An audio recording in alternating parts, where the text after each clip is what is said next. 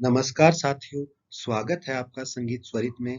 हम लेके आए हैं musicians of Hindustani classical music series C से एफ तक। तो शुरू करते हैं आज का हमारा ये वीडियो। पंडित चतुरलाल तबला वादक थे जो कि उदयपुर में जन्मे थे। इन्होंने 8 साल की उम्र में पंडित नत्थू प्रसाद जी और हाफिज मियाँ से तबला सीखा। इन्होंने बहुत बड़े-बड़े कलाकारों के साथ संगत की है और इनके जो ब्रदर थे पंडित राम नारायण जी बहुत बड़े सारंगी वादक हैं, उनके साथ भी इन्होंने बहुत बार संगत की है। पंडित छन्नूलाल मिश्रा आज के समय के बहुत बड़े गायक हैं जो कि बनारस और किराना घराना के एक्सपोनेंट हैं, जो ख्याल और ठुमरी के लिए जाने जाते हैं। इनको पद्म विभूषण 2020 में मिला। इन्होंने अपने पिता बद्री प्रसाद से और अब्दुल घानी खान साहब से संगीत सीखा जो कि किराना घराना के थे। कहा जाता है कि इन्होंने ठाकुर जयदेव जी से भी संगीत सीखा है कुछ समय के लिए। चरजू तानसेन के समय के थे और इनके बारे में ज्यादा डिटेल नहीं मिलती है। यही मिलता है कि इन्होंने राग चरजू की मल्हार बनाया जो कि राग देसी और मल्हार के मिश्रण से बना है। पंडित चिन्मय लहरी वोकल और कथक के लिए जाने जाते थे। इन्होंने अपनी तालीम एस.एन. रतनजनकर जी और दिलीप चंद्र बेदी जी से ली है। इनकी जो रचनाएं थी वो राधा कृष्ण जी के प्रेम पर थी और इन्होंने कुछ राग भी बनाए।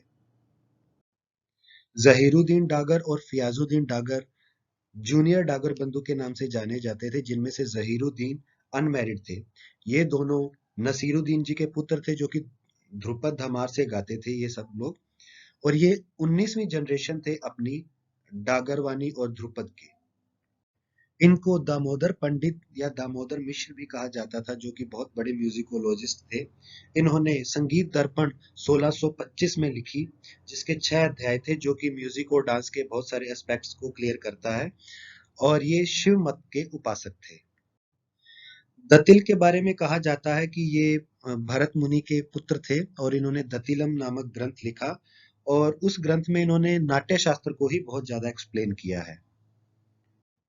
दत्तात्रेय विष्णु पुलुस्कर 12वें पुत्र थे पंडित विष्णु दिगंबर पुलुस्कर जी के, जिन्होंने अपनी प्रारंभिक शिक्षा से लेकर पूरी शिक्षा चिंतामणि राव, नारायण राव व्यास और विनायक राव पटवर्धन जी से ली। यह बहुत यंग एज में 34 साल की उम्र में एक्सपायर हो गए थे। इनकी बहुत फेमस भजन है ठुमक चलत रामचंद्र और पायोरी मैंने राम रतन धन पायो। पंडित देबू चौधरी का नाम देवव्रत चौधरी था, जिन्होंने पिंचू गोपाल दत्ता और उस्ताद मुश्ताक अली खान साहब से अपनी ट्रेनिंग ली। ये कोविड-19 में एक्सपायर हो गए थे। इनके पुत्र प्रतीक चौधरी भी उनके कुछ दिनों के बाद एक्सपायर हो गए थे।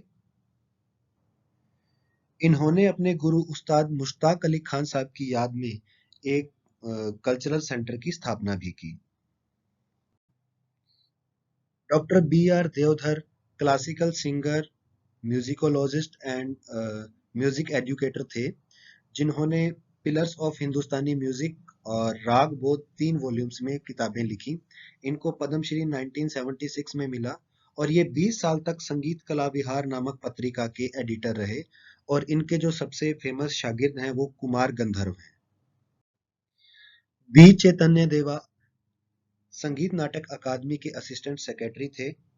इनके तानपुरे के ऊपर काम करने के कारण अखिल भारतीय गंधर्व महाविद्यालय मंडल द्वारा इनको डॉक्टरेट की उपाधि दी गई और इनकी किताबें musical instruments of India and Indian music बहुत ही फेमस हैं।